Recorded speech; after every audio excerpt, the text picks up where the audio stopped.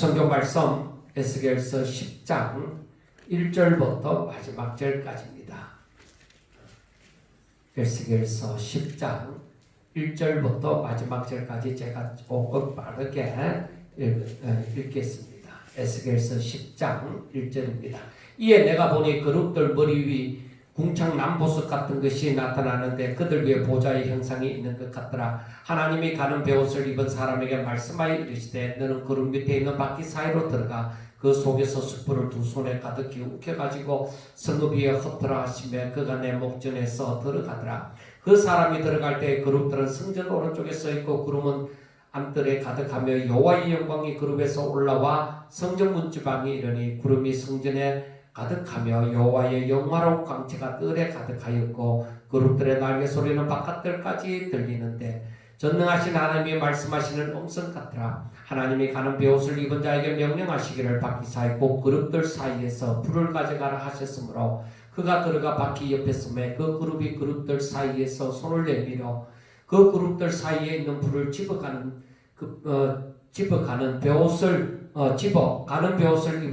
입은 자의 손에 주매 그가 받아가지고 나아가는데 그룹들의 날개 밑에 사람의 손 같은 것이 나타나더라. 내가 보니 그룹들 곁에 네 바퀴가 있는데 이 그룹 끝에도 한 바퀴가 있고 저 그룹 끝에도 한 바퀴가 있으며 그 바퀴 모양은 항목 같으며 그 모양은 넷이 꽃 같은데 마치 바퀴 안에 바퀴가 있는 것 같으며 그룹들이 나아갈 때는 사방으로 몸을 돌리지 아니하고 나아가되 몸을 돌리지 아니하고 그 물이 향한 곳으로 나아가며 그 온몸과 등과 손과 날개와 바퀴 곧 네 그룹의 바퀴들에 다 눈이 가득하더라. 내가 들으니 그 바퀴들을 도는 것이라 부르며 그룹들에게는 각기 네 면이 있는데 첫째면은 그룹의 얼굴이요 둘째면은 사람의 얼굴이요 셋째는 사자의 얼굴이요 넷째는 독수리의 얼굴이더라. 그룹들이 올라가니 그들은 내가 그 발 강가에서 보던 생물이라.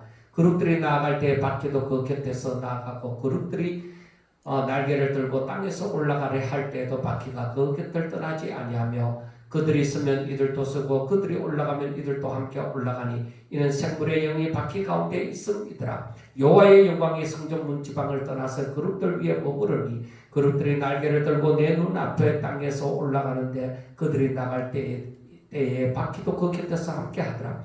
그들이 여호와의 전으로 들어가는 동문에 머물고 이스라엘 하나님의 영광이 그 위에 덮였더라. 그것은 내가 그 발 강가에서 보던 이스라엘의 하나님 아래에 있던 생물이라.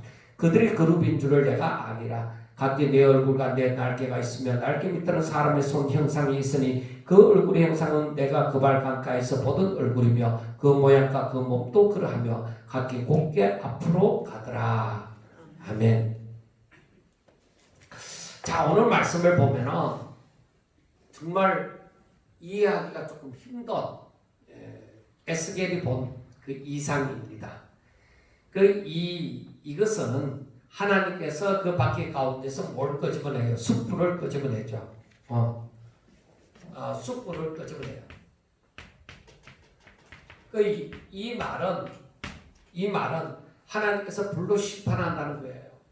그런데 우리가 이 말씀을 가만히 보면서 읽고 또 읽고 그 앞에 부분을 이제 지난 시간에 말씀한 것처럼 앞에 부분을 잘 이해하고 읽고 또 읽고 하면은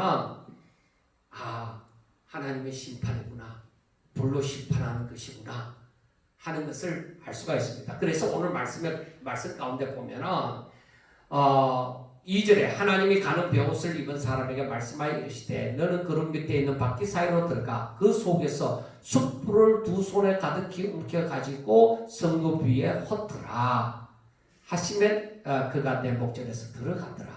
그러니까 이게 이상이다 말이요. 이게 그 꿈에 나타나는 이상, 무엇인가 상징하는 일인데, 그러니까 숯불을 한웅 가득히 그러니까 이것은 심판이 긍휼이 없는 심판이기 때문에 숯불을 내려부으면 얼마든지 태우고도 남는다는 거예요.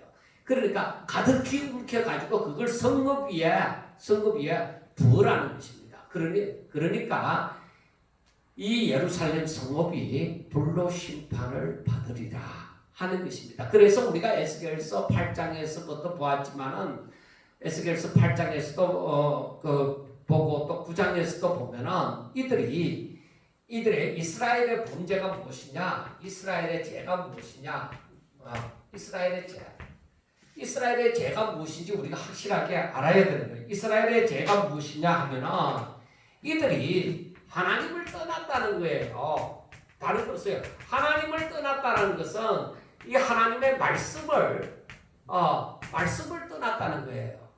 하나님의 말씀을 떠나면은 이 말씀은 곧 뭐를 상징해요? 법, 하나님의 통치. 그러니까 하나님께 속해서 하나님의 나라에서 하나님의 통치를 받고 해야 되는데 이 말씀을, 즉 하나님을 떠났다 이거예요. 그러니까 이 말씀도 자동적으로 저들에게 법이 되어지지 않는 거죠.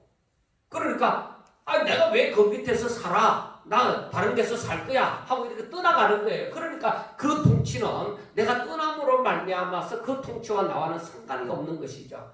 그러니까 저들이 하나님의 말씀을 떠났다 이거예요. 그런데 실질적으로 저들이 떠났다고 해서 하나님의 그 피조물이 아니냐, 하나님의 계획에서 벗어날 수 있느냐. 사람들이 흔히 세상에서 하는 말이 네가 날고 뛰봤자 누구 손바닥이래?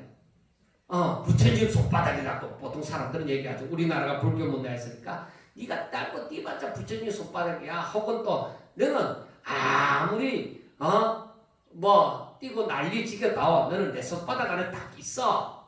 부모님들도 그러잖아요. 네가 아무리 술을 불어봤자 내가 너를 뻔히 알고 있어. 왜? 내 자식이니까. 내가 네 속을 다 안다. 그런 식이죠. 그러니까 이스라엘이 하나님을 떠나보았자 하나님의 통치에서 실제적으로는 벗어날 수가 없는 거예요. 이 무지한 백성들이 아무것도 알지 못하니까 내가 이렇게 떠나면은 하나님에게서 다 떠나는 줄 아는 것이죠. 그래서 저들은 떠났다고 생각하니까 어떻게 해요? 우상을 섬기죠. 우상을 숭배하죠. 하나님을 떠났으니까. 그리고 저들은 뭐예요? 하나님을 바라볼 때 저들은 불법을 행하는 자죠. 우상을 섬기고 불법을 행하는 자가 되어져 버린 거예요. 그러니까 하나님의 징벌이 있겠느냐 없겠느냐는 거예요. 하나님이 만약에 창조주이시고 만물을 통치하는 통치자라고 하면은 이들을 가만히 두겠나 해요. 너희들은 내 백성이야. 너희들은 이 말씀 가운데서 살아야 돼. 하나님께서 사람을 만드실 때 처음부터 첫사람 아담부터 너희들은 이 법을 지키라. 너희들은 동산에 있는 모든 나무의 실과는 내 임의대로 따먹고 다 하지만은 선악을 알게 하는 나무의 실과는 따먹지 말라. 이거 따먹으면 너희들 반드시 죽는다. 진짜로 죽는다. 그렇게 말씀을 했단 말이에요. 그래서 처음부터 그 법을 떠났을 경우에는 어떻게 돼요? 하나님께서 저들에게 징벌하시는 거예요. 그러니까 하나님의 복에서 떠나는 거죠. 그러면은 그 후손들에게 하나님께서 법을 주셨어요. 율법이라는 것, 하나님이 은혜 가운데 다시 다가와서 저들을 살릴 수 있는 법을 주셨어요. 법을 주셨는데 저들이 하나님의 법 가운데 있지 아니하고 나 내 멋대로 살아볼 거야. 나 내 멋대로 살아볼 거야 하고 하나님을 떠나버려요. 떠나서 저들이 우상을 섬기고 저들은 하나님의 법을 따르지 않는단 말이에요. 그러니까 저들에게 있어서 하나님의 말씀은 저들에게 상관이 없는 것처럼 여기지만은 결국에 하나님의 말씀의 심판을 받아요. 자, 우리가 마지막 시대에 정말 우리 주님께서 다시 심판자로 오실 때에 그때의 잣대가 말씀의 잣대예요. 말씀을 가지고 심판을 하세요. 아무리 사람들이 나는 내 자유롭게 살아갈 거야, 내 멋대로 살아갈 거야 하지만 하나님의 말씀의 잣대 이상 다른 잣대가 없어요. 내 마음대로 하는 것은 내 마음대로가 아니에요. 하나님의 말씀을 떠나는 거예요. 그런 세상은 없어요. 내 마음대로 살고 이렇게 살다가 내 멋대로 죽는 거야. 그런 것은 없어요. 모든 것이 하나님의 주권 가운데 다 매여 있는 거예요. 그래서 이렇게 되어짐으로 말미암아 이들이 하나님을 떠나버림으로 말미암아 하나님께서 이들에게 심판을 내리신다 이 말이에요. 여기에 대한 저들의 행위대로 심판을 하시겠다고 하나님께서 말씀을 합니다. 그래서 마지막 때도 그러면 어떤 심판이 맞겠느냐? 마지막 때도, 다가오는 마지막 때에도 우리 주님 오셔서 그 행위대로 심판을 하시는 거예요. 그러니까 우리가 이것을 보면서 알아야 되는 것이 정말로 하나님이 심판하시는데 이 심판이 우리가 앞에서 보면 어디서부터 일어나느냐? 이 심판은 어디서부터 시작되느냐? 성전에서. 성전에서부터 하나님의 심판이 있게 되었습니다. 그래서 우리가 알아야 되는 것이 교회가 무너지는 걸 보면 세상은 곧 무너진다. 그래서 어느 지역에서든지 하나님의 복음이 들어가서 그 복음으로 복음이 들어가서 어떻게 된 셈이지 그 나라가 부강하여지고 그 복음이 들어감으로 말미암아 거기에 정말로 모든 문화가 더욱더 이 부흥하는 이 상승 곡선을 걷고 있을 때 계속 성장하여 가고 있을 때에 어느 날 이 복음이 들어간 그 교회가 복음이 들어간 성도들이 타락하기 시작하면 교회가 타락하고 즉 성도들이 타락하기 시작하면 그 나라는 정말로 타락한 문화가 극성스럽게 나서기 시작하는 거예요. 우리가 그것을 잘 알고 있어요. 그래서 성경을 보면서도 꼭 알아야 되는 게 그거예요. 하나님의 백성들이 부패하기 시작하구나. 썩어가기 시작하구나. 이거는 세상이 썩어가기 시작하는 시초예요. 그래서 하나님의 심판이 어디서부터냐? 하나님의 집에서부터다. 그래서 오늘날 내가 썩으면 교회가 썩고 교회가 썩으면 뭐야? 사회가 썩는 거예요. 그래서 사람들이 흔히들 교회를 향해서 막 손가락질을 하잖아요. 손가락질 하는 자들 저들은 손가락질 할 자격도 없는 사람들이에요. 실상은 손가락질 할 자격도 없는 사람들인데 저들은 교회를 하면서 막 손가락질 하는 거예요. 왜? 성전에서부터 교회에서부터 아마 하나님께서 심판하기 시작하셨다는 거예요. 그때에 우리가 알아야 돼요. 그때에 우리가 알아야 되는 것이 교회가 그럴 수 있느냐? 목사가 그럴 수 있느냐? 예수 믿는 다른 사람이 그럴 수 있느냐? 이 소리가 들릴 때는 뭐예요? 진짜 그때에 더 정신 바짝 차리고 예수를 잘 믿어야 된다 이 말이에요. 그렇지 않으면 썩어가는 자들과 함께 썩어가는 거예요. 그래서 우리가 서신서나 이렇게 보면은 사도들이 쓰는 그 말씀 가운데 보면은 너희들이 자는 자들 가운데서 계속 자라? 아니에요. 일어나라는 거예요. 자는 자들 가운데 있지 말고 일어나라는 거예요. 정신 차려 깨어서 정신 차려 예수 믿어야 된다는 것을 말씀을 해주고 있습니다.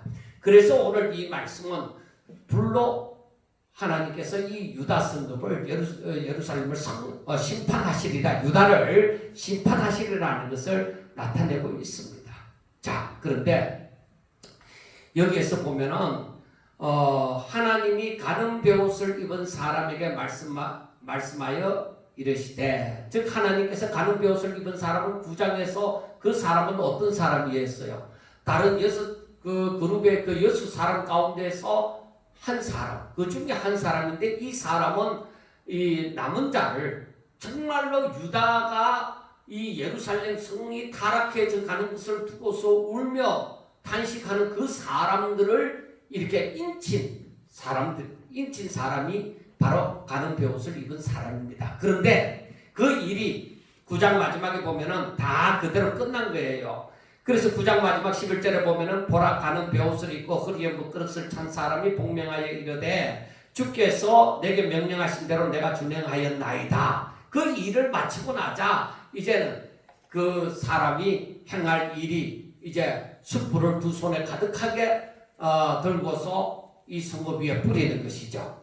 그래서 3절을 보면은 그 사람이 들어갈 때에 그룹들은 성전 오른쪽에 서 있고 구름은 안뜰에 가득하며 여호와의 영광이 그룹에서 올라와 성전 문주방에 이르니, 자, 구름이 성전에 가득하며 여호와의 영화로운 광채가 뜰에 가득하여 있고 그룹들의 날개 소리는 바깥들까지 들리는데 전능하신 하나님의 말씀하시는 음성 같더라. 그러니까 그룹들이 성전 오른쪽에 있을 때에 하나님의 영광은 원래 어디에, 성전 어디에 있어야 되는, 지성소에 하나님의 영광이 머물러 있어야 되는 거예요. 원래는 그게 하나님의 영광이 있어야 되는데 이 하나님의 영광이 떠나서 그룹 위에서 올라서 어디로 왔느냐 하면 성전 문지방까지 나온 거예요. 하나님의 영광이 지성소에 있지 아니하고 이 성전 문지방까지 왔다는 거예요. 그러니까 이 하나님의 영광이 그 지성소에 있지 아니하고 이 문지방까지 나왔다는 것은 하나님의 영광이 그게 있을 수가 없다는 것이죠.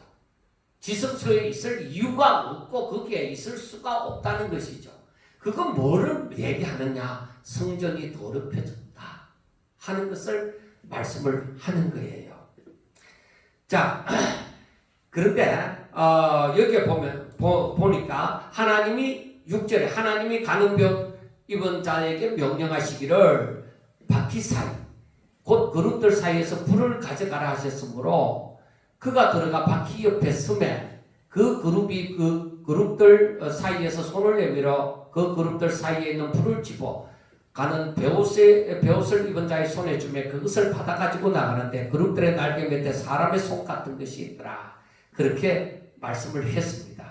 그러니까 여기에서 보면은 이 숯불은 더러운 것을 태우는 의미가 있는 것이, 더러운 것을 태우는 의미, 심판의 의미, 바로 그런 것이 있는데 여기에서 불을 가는 베옷을 입은 사람에게 불을 가져가라고 해서 이제 이 불을 가지고 받아가지고 나아갑니다. 그런데 이것은 하나님께서 하나님의 영광이 그 지성소에서 나와서 성전 문지방에 있게 되어지고 이제 심판하고자 이 숯불을 그 가는 베옷을 입은 사람에게 주는데 심판을 행하는 그 그룹이죠. 그런데 그 사람에게 주는데 이것은 바로 백성이 타락한 것은 물론이요. 이 성전까지 우상을 집어들이고 성전까지 더럽혀져 있으므로 하나님께서 완전히 심판하시고자 하는 그러한 의미가 있는 거예요. 그래서 우리가 교회에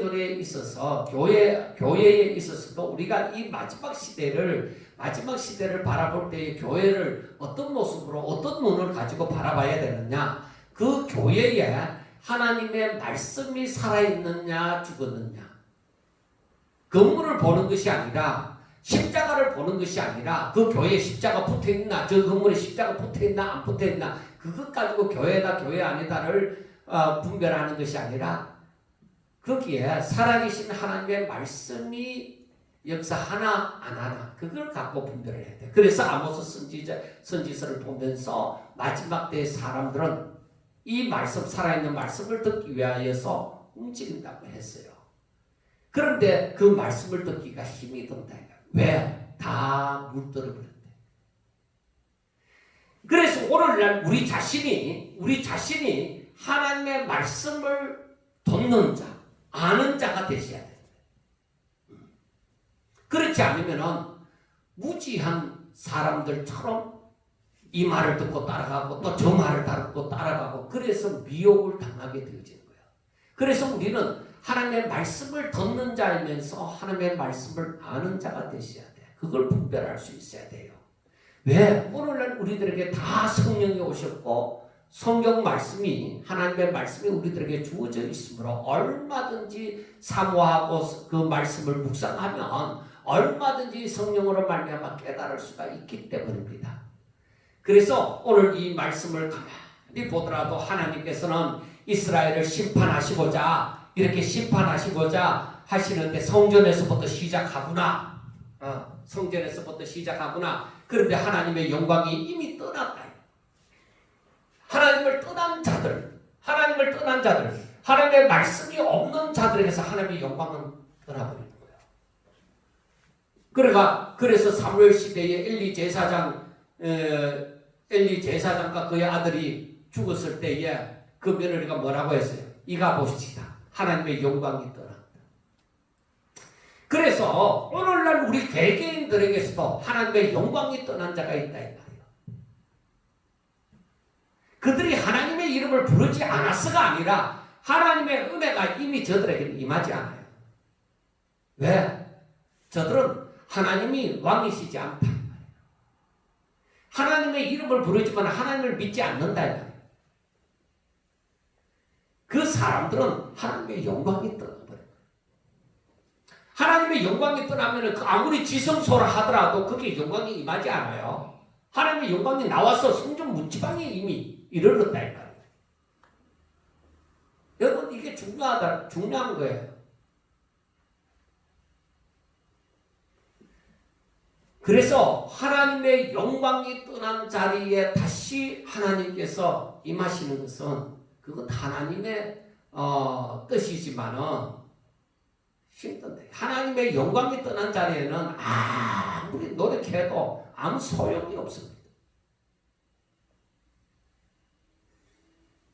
그들의 특징이 무엇이냐? 하나님의 영광이 떠난 사람들의 특징이 욕심밖에 안 남아요.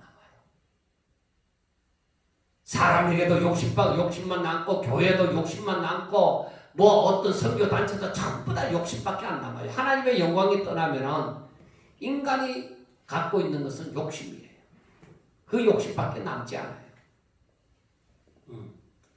그래서 우리가 예수님 당시를 보더라도 사람들 유대인들은 뭐예요? 찬양하는 것이 모세를 찬양하고 예루살렘 성전을 자랑하고 그렇게 하잖아요.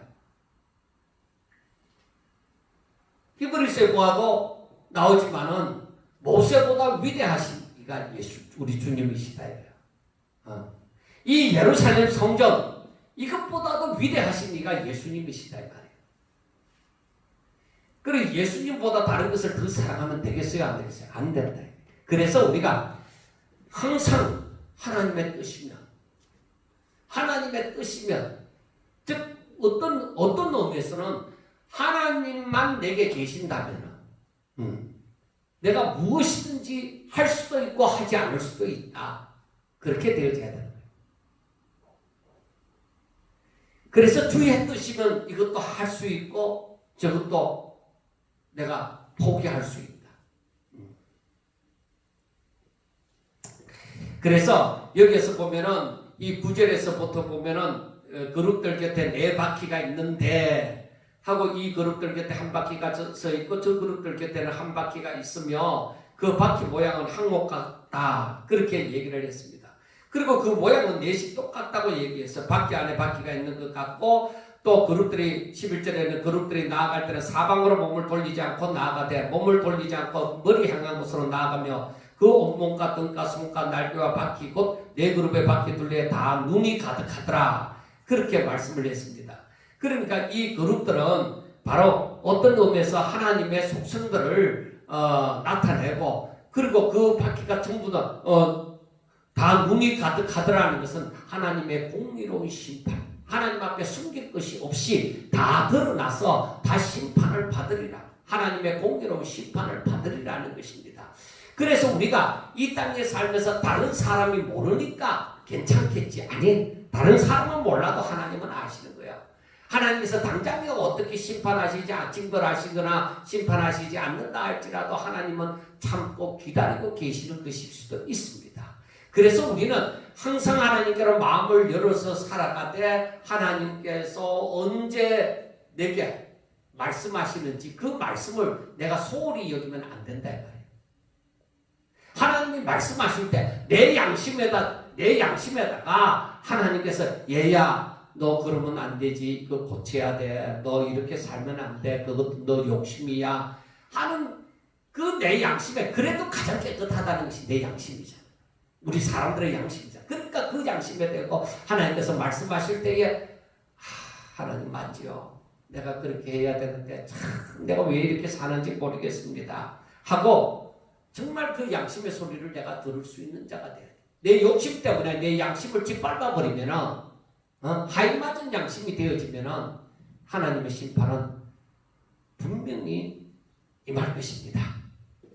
그래서 우리가 여기에서 보면은 예루살렘이 결국에는 불로 심판을 받게 되어지는데 이것은 바벨론이 나중에 유다를 예루살렘을 침략할 때에 완전히 성전도 불태워버리는 그리고 거기에 있는 모든 기명들을 다 가져가 버리고 그 불태워버리는 성전을 불태워버리는 일이 일어났습니다. 사람들은 그렇게 얘기할 거예요. 어떻게 하나님의 성전에 불탈 수가 있느냐? 하나님이 계시지 않는 것이지 않느냐 하는데 우리가 이 성경을 보면서 알 수가 있잖아요. 하나님의 영광이 떠나면 아무것도 아니다 이 말이에요. 하나님의 영광이 떠나면 십자가가 붙어있는 건물 아무것도 아니다 이 말이에요. 우리가 무엇이든지 거룩하게 구별할 때에 거룩한 거예요. 하나님의 뜻으로 구별할 때에 그게 거룩한 거예요. 그런데 그것을 알지 못하면은 우리가 어떤 이 유대인들처럼 예루살렘 성전 하나님의 성전이라고 지었다고 그리고 역사가 얼마나 되고 그들이 전통적으로 거기에서 제사를 드리고 그렇게 해왔다고 그게 유명한 거 거룩한 거 아닙니다. 하나님의 영광이 떠나면은 하나의 건물에 불과한 것입니다. 우리가 그걸 분명하게 하셔야 됩니다. 그리고 에스겔 선지자는 이 내 생물을 바라보면서 이것이 내가 옛날에 주의 영광이 임했을 때에 그발 강가에서 보았던 그 내 생물하고 같구나 하는 것을 알게 되어집니다.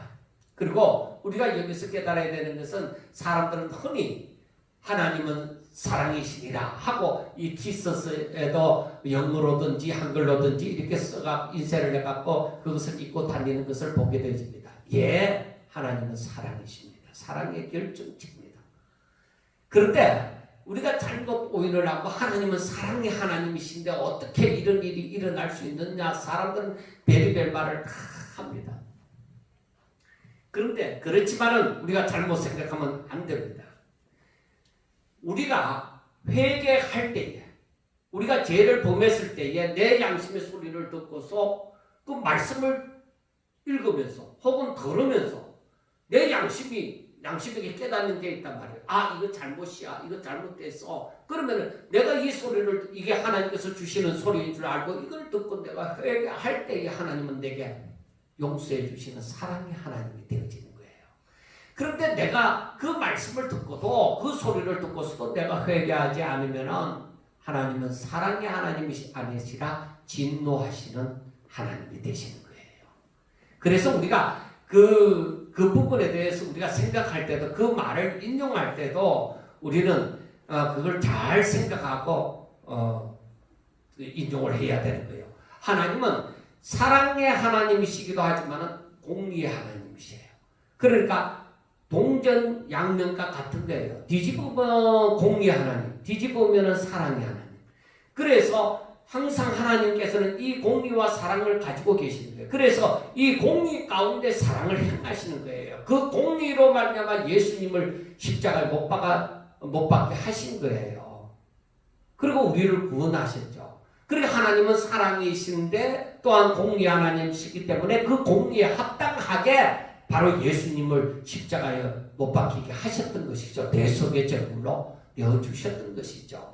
하나님께서 어떻게 그 사랑하는 백성들을 저렇게 수치스럽고 저렇게 사람들의 조롱거리가 되도록 만들고 어떻게 그렇게 하실 수가 있느냐? 하나님이 어떻게 자기 백성을 저렇게 망하도록 할 수가 있느냐? 사람들은 그렇게 말을 하는지 모릅니다.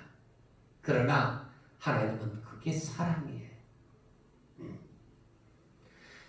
그 가운데서 수많은 사람들을 다 구원하시고자 하는 것이 모든 사람을 다 구원하시고자 하는 것이 하나님의 뜻이 아닙니다. 성경을 보면은 사랑하는 자,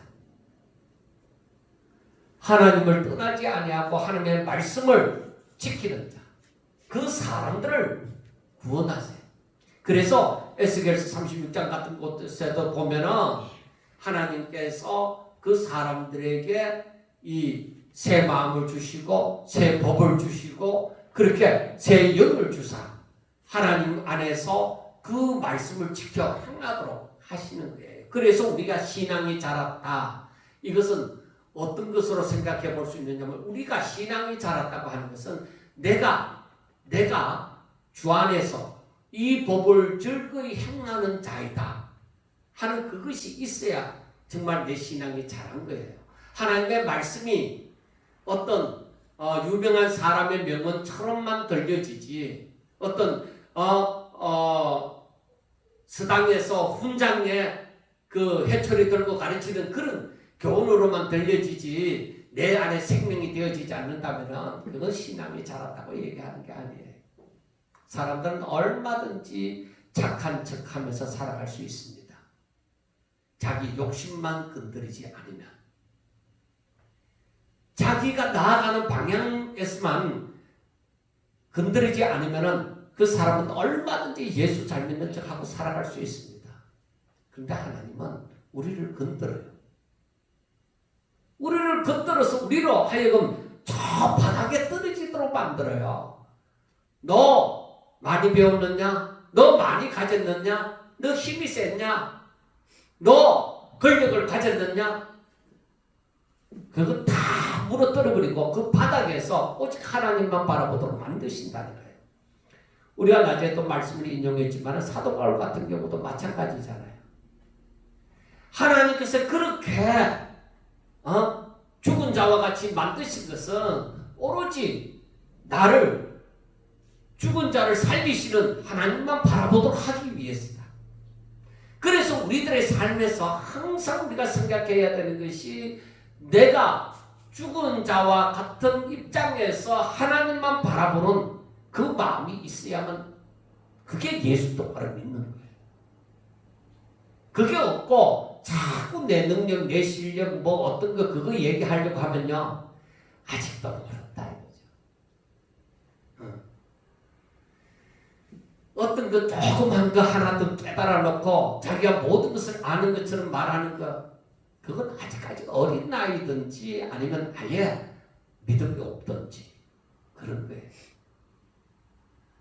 우리가 신앙이 훌쩍훌쩍 자꾸 이렇게 자라나는 그것은 오로지 하나님의 말씀이 내게 법이 되어지고 그 말씀을 조용히 내가 그걸 감당할 수 없는 감당할 수 없도록 만드는 내 욕심, 내 자존심, 뭐 어떤 내 지식, 내 경험 이런 것을 다 말없이 짓밟는 거죠. 다 짓밟고 하나님 됐습니다. 순종하겠습니다. 내 속에서 막 그런 것들이 일어나도 잠잠하라.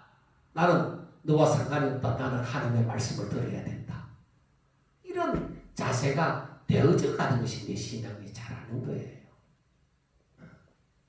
하나님은 그걸 바라보시고자 성경을 쭉 보면서 하나님의 그 계획을 이루어 가시는 그 섭리하심이 부패한 사람을 온전히 죽도록 내가 죄인이구나. 내가 다 썩었구나.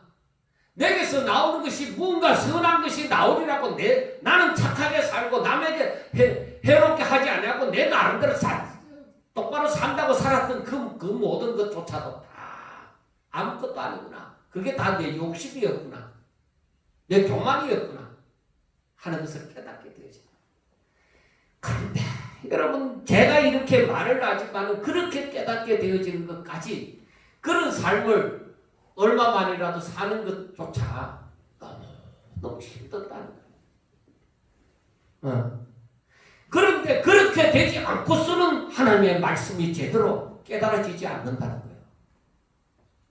뭐 그러려고 책을 보고 사전을 찾아보고 주석을 찾아보고 그래 하면 알겠지. 아니에요. 그건 신령한 것이라서 하나님의 법칙이라서 그건 그렇게 한다고 책을 찾아보고 이론을 안다고 그거 그렇게 깨달아지는 게 아니죠.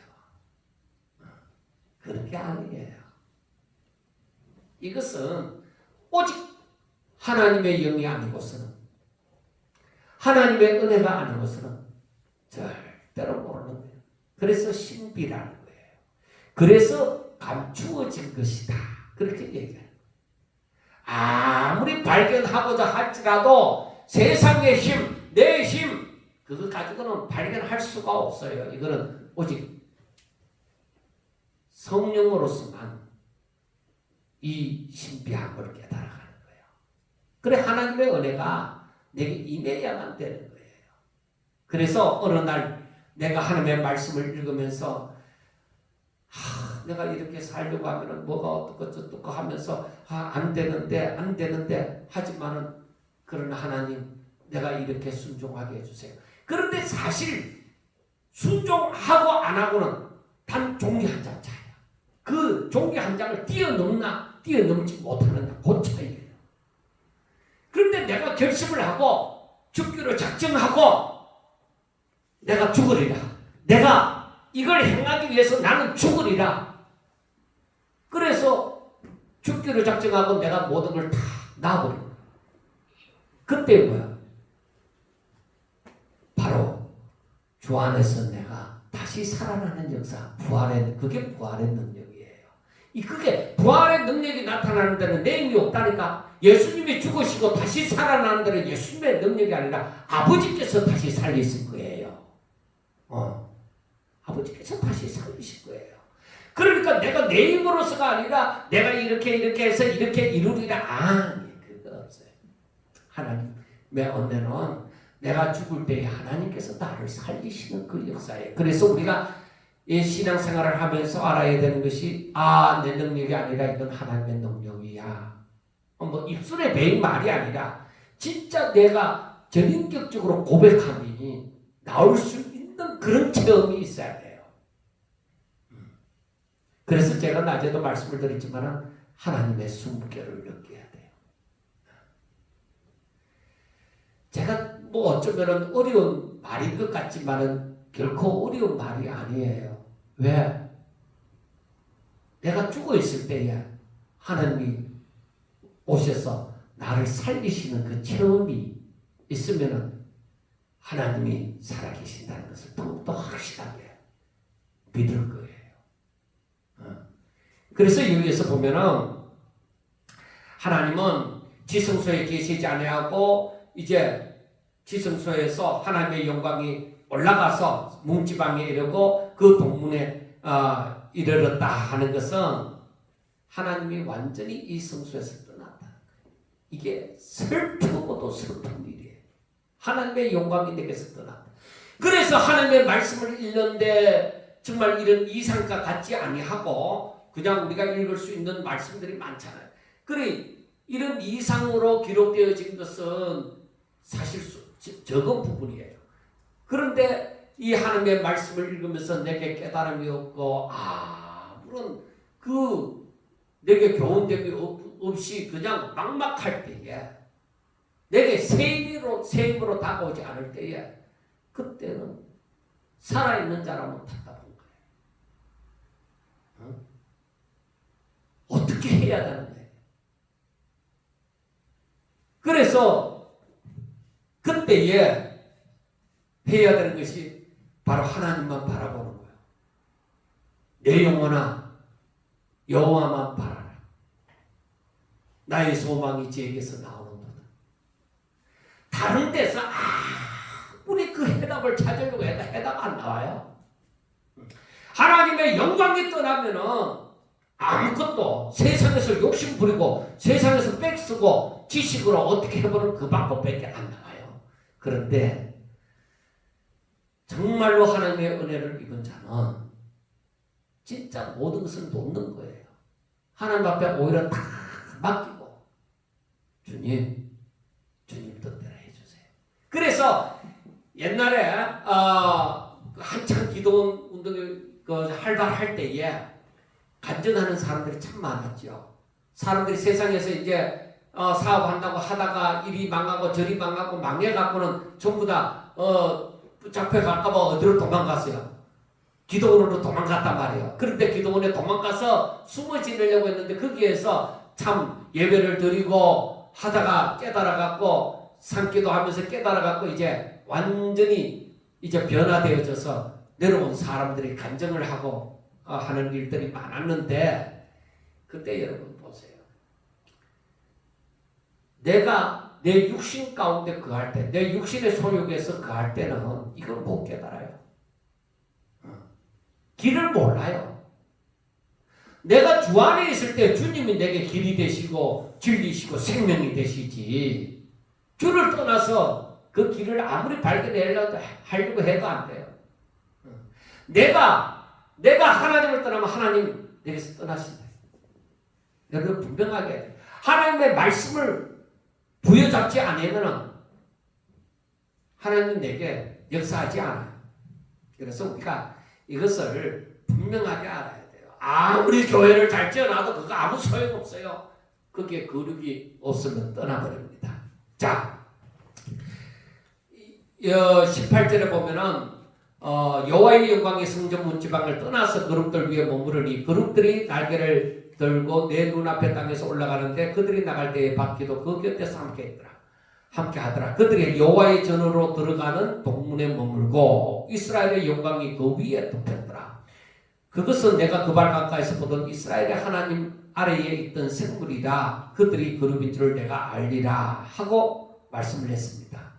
그러니까 여기에서 성전으로 들어가는 동문에 하나님의 영광이 지성소에서 나와서 하나님의 영광이 거기에 머물렀다는 것은 이미 하마 밖으로 나왔다는 거예요. 하나님의 영광이 밖으로 나와버렸다. 그러니까 이 예루살렘이 망하는 것은 이제 얼마 남지 시간 문제라는 것이죠. 얼마 남지 않았다는 것을 말씀을 하는 것입니다. 하나님께서는 이와 같이 하나님을 떠난 자들에게서는 하나님을 떠납니다. 내 가운데 우상을 섬기고 내 욕심이 내 마음에 가득 차고 할 때는 하나님의 역사가 일어나지 않습니다. 말씀을 깊이 깨달아지는 거 없습니다. 그래서 우리 목사들끼리도 설교를 들으면서 똑같은 사람의 설교를 들으면서도 저 사람이 지금은 다르구나, 많이 변했구나. 설교를 들으면서도 그걸 알 수가 있는 거예요. 왜? 깊이가 다르니까. 깊이가 다르니까 함부로 할 수도 없고. 그러나 만약에 그 사람이 깊은 은혜 가운데 있는데 대적을 하면은 그 대적하는 사람은 곧 표적이 나타나요. 증거가 나타나요. 저가 하나님의 사람이 아니라는 거. 그게 나타나는 거예요. 그게 바로 뭐냐? 욕심 부리고 살아갈 거다. 그 증거가 그 사람이 가다가 사고가 났다 이런 부분이 아니에요. 그런 부분보다도 저 사람은 욕심 부리고 살아가는 증거가 분명하게 그 사람의 삶 가운데서 나타난다 하는 것을 우리가 알게 되어진다. 그런데 그 사람들이 기회가 주어져도 회개하지 않으면 그들은 망하는 거예요. 그래서 우리가 필히 이 마지막 때 신앙생활하면서 알아야 되는 것이 이 말씀을 보면서도 하나님을 떠나 살면 하나님의 영광이 떠난다는 거죠. 그래서 우리 가운데 항상 하나님의 말씀이 생각나고 그 말씀으로 인해서 내가 용기를 얻게 되어지고 하나님 앞에 나아가고자 하게 되어지고 그 말씀대로 순종하고자 하게 되어지고, 그런데 순종하고자 하는데 내 마음에 갈등이 일어나서 순종을 하느냐 말았냐 하는 그런 단계도 막 오지만은 그때일수록 더욱더 하나님의 말씀을 묵상하고 기도함으로 말미암아 오직 하나님의 뜻대로 행하고자 하셔야만 되는 것입니다. 그래서 21절부터 보면은 각기 내 얼굴과 내 날개가 있으며 날개 밑에는 사람의 손 형상이 있으니 그 얼굴의 형상은 내가 그 발 강가에서 보던 얼굴이며 그 모양과 그 몸도 그러하며 각기 곱게 앞으로 가더라. 하나님의 뜻은 하나도 구부짐이 없이 그대로 진행이 될 것입니다. 사람이 아무리 어떻게 하고자 한다고 한들 사람의 뜻대로 안 됩니다. 하나님의 뜻대로 됩니다. 그래서 세상에서 무슨 일이 일어난다고 할 때에 그렇게 생각을 합니다. 하나님께서 하신다. 사람이 아무리 용을 쓰더라도 코로나19 이것도 못 막잖아요. 지금 세계가 딱 갇혀버렸잖아요. 돈이 있다고 비행기 타고 가요? 안 되는 거예요. 그래서 하나님이 계신다는 것을 이 시간에 깨닫는 사람들은 더 깨닫게 되어지고, 오히려 이 시간에 더 타락하는 사람들은 타락하게 되어지는 거예요. 그리고 때로는 사람들은 자꾸 자꾸 사람을 위주로서 무엇을 생각을 하는 경우가 굉장히 많이 있습니다. 사람을 위주로. 그러니까 하나님의 뜻을 생각하지 아니하고 사람 생각에 사람을 위하는 법. 그러니까 그게 휴머니즘이에요. 야, 이렇게 굶어 죽어가는 사람들을 돌보지 않으면 안 되지. 이런 장애인들을 돌보지 않으면 안 되지. 이렇게 불쌍한 사람들을 돌보지 않으면 안 되지.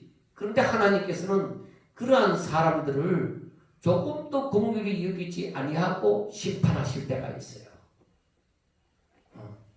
저들의 기도를 전혀 듣지 아니하시고 심판하실 때가 있어요. 여러분 잘 아셔야 되는 것이 하나님이 저들이 하나님과 함께하지 않으면 하나님도 떠나요. 그들이 아무리 가난한 자, 아무리 가부고 아무리 불쌍한 자라더라도 저들이 하나님을 떠나면 긍휼히 여김이 없어요. 그러나 이 유대인들을 향해서 이스라엘 백성들을 향해서 저들에게 명령하는 것이 과나 가부와 나그네를 돌보라고 했잖아요. 그것은 주 안에서 분명하게 알아야 되는 것이 그것이 주 안에서 이루어진다. 그리고 예수님께서 하시는 말씀이 이 소자에게 한 것이 내게 한 것이다. 그렇게 말씀하잖아요. 그게 뭐냐? 이 소자가 누구에게 속한 자예요? 하나님께 속한 자예요. 주께 속한 자예요. 주의 지체들이에요. 그래서 우리가 오늘 이 십자가 같은 이 말씀을 가만히 보면서 또 느끼는 것이 하나님은 공의의 하나님이라서 그 공의로 분명히 심판하시는데 하나님을 떠난 자에게서는 하나님의 긍휼도 떠나고 하나님의 영광이 떠난다. 저들에게 심판을 내릴 때는 하나님을 떠난 자에게는 긍휼 없던 심판이 있으리라는 것이죠. 그래서 저는 오늘날 이 시대와 같은 시대는 이런 때는 정말 정신 차려서 이때야 어려운 때에 하나님의 은혜는 더 크게 임해요. 그게 바로 노정비 성령과 같은 거예요. 노정비 성령이라고 하니까 마지막 때에 사람들에게 뭐 불길 같은 주성령 개가 전부 다 뜨고 방방 뛰는 그게 아니에요. 그것만 생각하면 안 돼요. 그러한 것도 일부가 있겠지만 그렇게 나타나는 현상도 있겠지만은 그러나 가장 중요한 것 모든 사람에게 나타나는 것 정말로 하나님의 사람에게 나타나는 것은 하나님의 말씀을 깨닫고 그 뜻대로 행한다는 거죠. 그래서 마지막에는 그 사람들은 성령을 쫓아 행한다. 그렇게 말을 할 수가 있어요. 그래서 예수님께서 숨을 내쉬면서 성령을 받으라고 얘기한 거예요. 왜? 너희들이 성령으로 말미암지 않고는 이 주의 일을 할 수가 없다는 거죠. 사도 바울이 자기 것들을 행한 것 같지만 그렇지 않잖아요. 2차 전도 여행을 시작할 때 성령이 저들을 바울의 가는 길을 막으시고 저 마게도냐로 향하도록 성령이 하시잖아요. 또 한산 가운데서도 나타나서 저에게 힘과 용기도 더하여 주시고 할 일을 가르쳐 주시잖아요. 여러분 이 시대에 정말로 정신 차려서 이리 흔들리고 저리 흔들릴 것이 아니라 정말 주의 말씀을 따라 행하는 사람 주의 뜻대로 행하고자 하는 마음이 내게 가득 일어날 수 있는 그런 삶을 살 수 있기를 항상 사모하면서 힘쓰고 애쓰는 저와 여러분들이 되시기를 주의 이름으로 축원합니다. 기도드리겠습니다. 하나님 아버지 감사합니다. 시대가 혼탁하여져 갈 때에 분별이 너무나도 힘듭니다. 그러나 성령께서 우리 가운데 임하사 주의 말씀으로 말미암아 그리고 성령으로 말미암아 확실하게 분별하게 하여 주시고 저희들의 가는 길을 또 인도하여 주시옵소서. 그리하여 성령을 쫓아 행할 때에 하나님의 뜻이 이루어지는 것을 우리 눈으로 목도하게 하여 주시고 하나님을 찬양하며 하나님 앞에 감사하며 살아갈 수 있도록 축복하여 주옵소서. 예수님 이름으로 감사하며 기도드리옵나이다.